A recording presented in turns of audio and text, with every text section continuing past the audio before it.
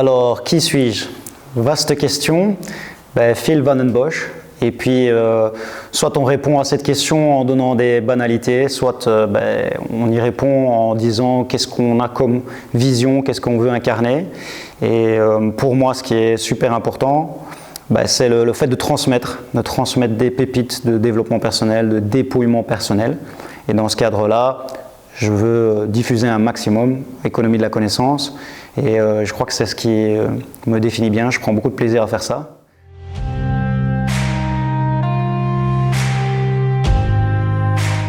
Le pourquoi de notre action, c'est dans le cadre du projet Afrique. D'abord soutenir un projet humanitaire, permettre de soutenir nos élèves internationaux de l'école royale militaire, de pouvoir organiser ce projet et puis surtout de transmettre du développement personnel, des techniques d'optimisation de potentiel et puis bien sûr d'autres approches telles que la cohérence cardiaque, la mindfulness, tout ce qui est soft skills et surtout prôner une certaine vision du leadership.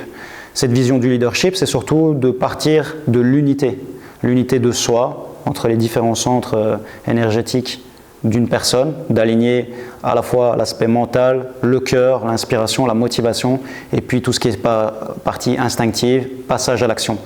Le but est de pouvoir faire face à n'importe quelle chose qui arrive dans notre environnement et dans ce cadre-là, évidemment, on parle beaucoup de VUCA, donc tout ce qui est changeant, complexe, ambigu, volatile. Le message que je tiens à transmettre, c'est l'unité de l'être et des relations aux autres. Donc relation à soi, relation aux autres, et donc de créer l'unité dans un groupe. Pour moi, l'être humain fait partie d'un grand tout, et donc quand on donne vers les autres, on donne à l'humanité, on se donne à soi-même. Mon expérience militaire, j'apprends que je sais dans mes tripes que seul on va plus vite, mais ensemble on va plus loin. Et à travers le groupe, c'est incarner, diffuser ces valeurs, ces pépites de leadership, en incarnant l'unité d'un groupe. Donc l'unité à soi, l'unité du groupe et donc les liens, les relations qui nous permettent d'avancer. Voilà, ça c'est le message qui est vraiment le plus important pour moi.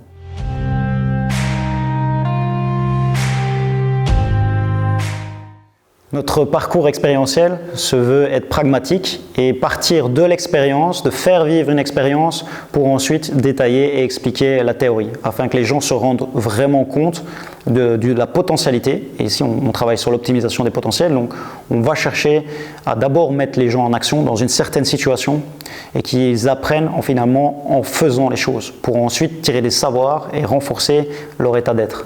Et donc, la défense, l'armée en général, on est très fort pour faire ça, c'est faire vivre des choses.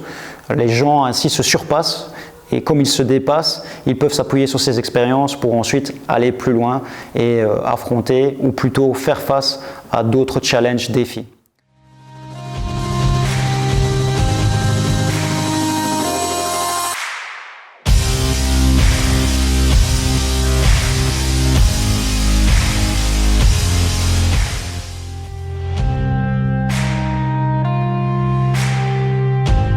Prônons qu'on amène les gens au cœur de leur esprit de corps.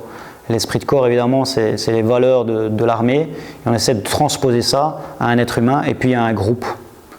Leur donner un esprit de corps, une collectivité, une cohésion et le cœur qui va avec. Le cœur des valeurs profondes qui animent, a priori, la majorité des humains, tous les humains, sauf que peut-être certains ont oublié et le parcours pragmatique permet de reconscientiser.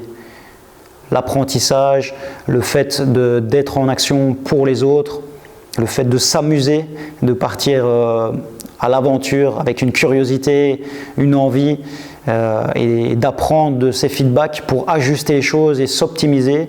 Et donc voilà, ça c'est le but de notre approche, c'est de renforcer effectivement les potentiels avec des notions de développement personnel, motivationnel, et aussi à la fois retirer et élaguer les interférences, donc faire du dépouillement.